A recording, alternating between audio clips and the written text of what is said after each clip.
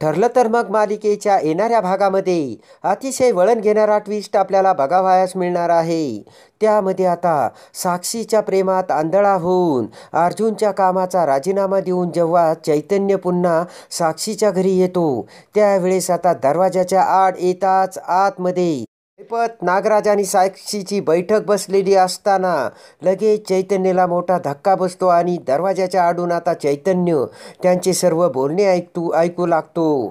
आणि जेव्हा ते ऐकत असताना विलासचा खून हा दुसरा तिसरा कोणी नसून साक्षीने केल्याचे स्वतःच्या तोंडून साक्षीने कबूल करून चैतन्याला खोट्या प्रेमाच्या जाळ्यात अडकवून अर्जुनचा सुद्धा पत्ता कट केल्याचे तिसरे भयानक सत्य आता साक्षीच्या तोंडून ऐकताच मात्र चैतन्याच्या पायाखालची जमीन सरकते आणि त्या क्षणी स्वतःचा मोबाईल बाहेर काढून पुराव्यासकट साक्षीचे रेकॉर्डिंग आपल्या मोबाईलमध्ये घेत आता चोर पावलांनी चैतन्याने तेथून अर्जुनकडे धाव घेतलेली असते. आणि आता जेव्हा चैतन्य आता हे सर्व पुराव्यासकट अर्जुन समोर उभे करणार, त्याच वेळेस आता रडत असलेला अर्जुन क्षणातच हसरा कसा होतो आणि चैतन्य आणि अर्जुन चैतन्याने आणलेला तो पुरावा आता कोर्टामध्ये दाखवून साक्षीला कशी जेलची हवा खायला लावतात हे आता आपल्याला बघावयास मिळणार आहे.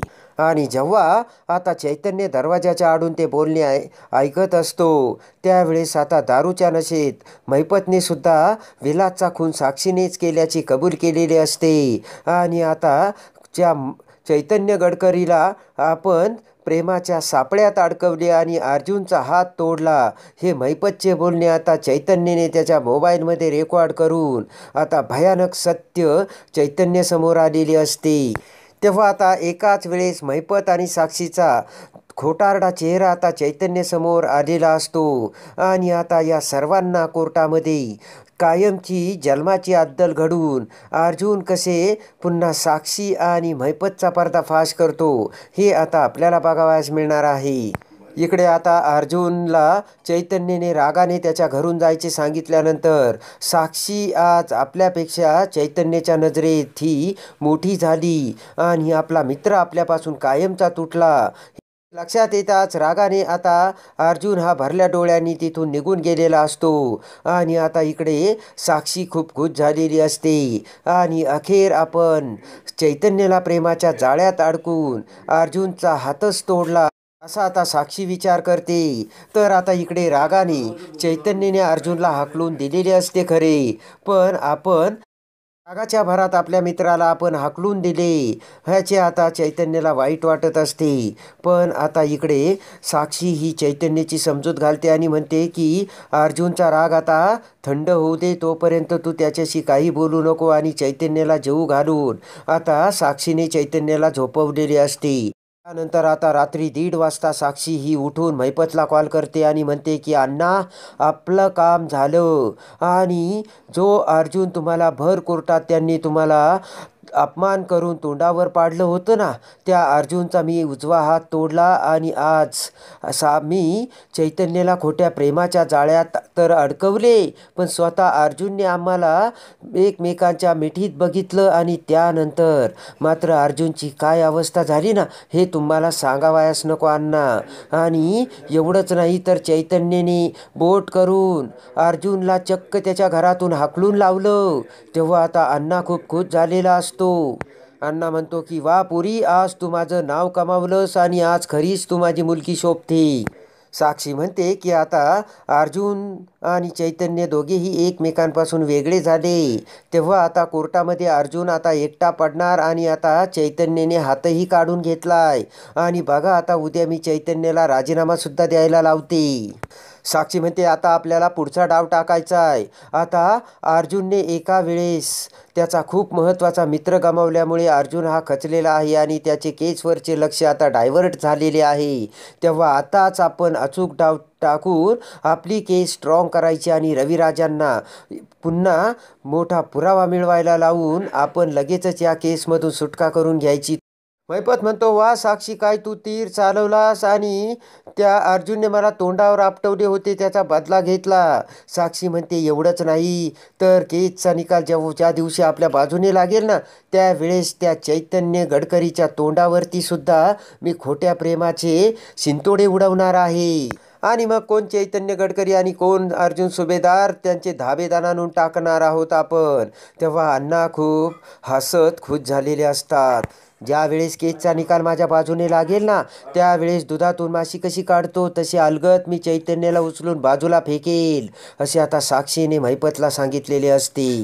तर मात्र त्याच वेळेस एक घटना घडते आणि चैतन्य आता साक्षीला फोनवर बोलताना बघतो. आणि चैतन्य विचार करतो की रात्री 1:30 वाजता ही साक्षी कुणासोबत बोलते, आणि आपण आपल्या मित्रावर तर आरोप करून त्याला घरातून हाकलले, पण साक्षीवरती आपण असा एवढा विश्वास ठेवला की त्यामुळे आता आपलेच बोलणे आपल्याला महागात पडणार आहे. आपण एवढा विश्वास आत्ताच साक्षीवरती दाखवायला नको. ही रात्री कुणासोबत बोलते आणि काय प्लान करते, अजून आपण साक्षीला नीट ओळखतही नाहीत. आणि आता अर्जुन आत्तापर्यंत आपल्याला भावासारखा मानत होता आणि कधीच चुकीचा सल्ला त्याने दिला नाही. मित्र आणि भावाचे नाते त्याने पूर्णपणे सांभाळले. तेव्हा आपण अर्जुनचा एवढा तिरस्कार लगेच कसा करू शकतो, या विचाराने आता चैतन्याच्या डोक्यात काहूर माजलेले असते.